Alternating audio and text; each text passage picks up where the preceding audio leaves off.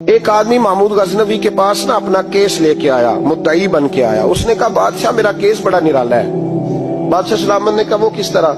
کہنے لگا یہ میرے پاس ایک تھیلی ہے، میں نہ سفر پہ جانے لگا تو یہ تھیلی پوری ہیروں کی بھری ہوئی تھی۔ فلاں علاقے کے جو قاضی صاحب ہے نا، میں جاتی دفعہ میں کہیں سفر پہ جا رہا تھا تو میں ان کے پاس چھوڑ گیا کہ رستہ لمبا ہے، کہیں کو مجھ سے چھین نہ لے، ہیروں کی بھری ہوئی۔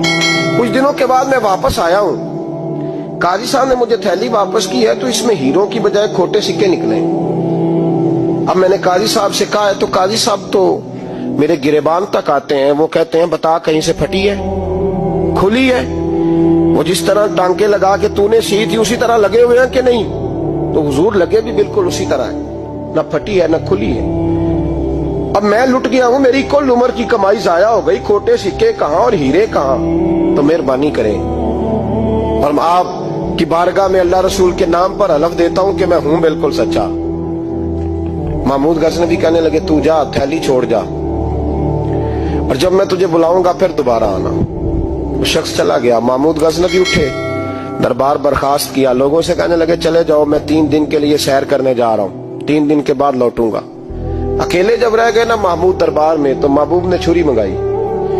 وہ جس تخت پہ بیٹھتے تھے وہاں گدا بچھا ہوا تھا، یہ گدا پڑا ہے نا، وہ گدا بچھا ہوا تھا۔ محمود نے چھری کے ساتھ اس کو پھاڑ ڈالا اور چھری جیب میں رکھی نکل گئے۔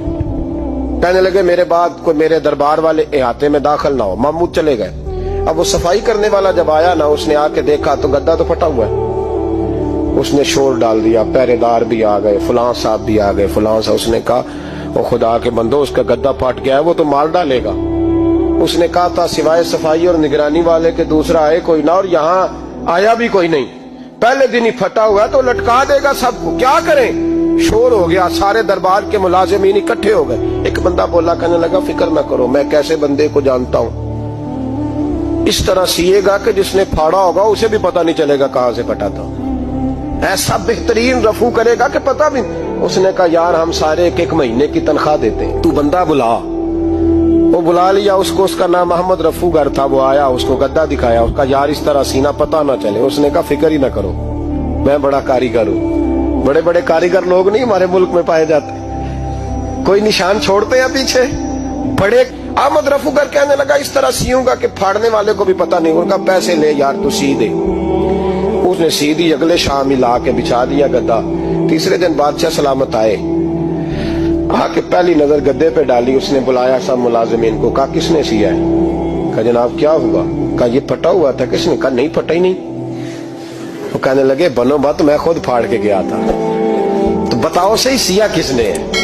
کہا جناب آپ پھاڑ کے گئے تھے تو بتایا کیوں نہیں؟ فرمانے لگے اسی لیے تو بتایا نہیں تھا کہ تم خود تحقیق کر لو، بلاؤ بتاؤ سیا کس نے۔ تو بلا لیا، احمد رفو گر آ گیا۔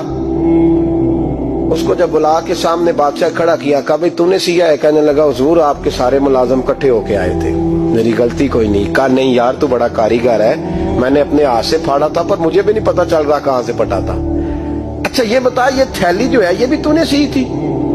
اس نے کہا جی آپ کے خادم کا ہی کارنامہ ہے، وہ فلانے علاقے کے قاضی صاحب آئے تھے، اس میں سے ہیرے نکال کے تو کھوٹے سکے بھرے تھے، تو مجھے بھی تھوڑا سا حصہ ملا تھا۔ محمود نے سارے گواہ بھی اکٹھے کر لیے۔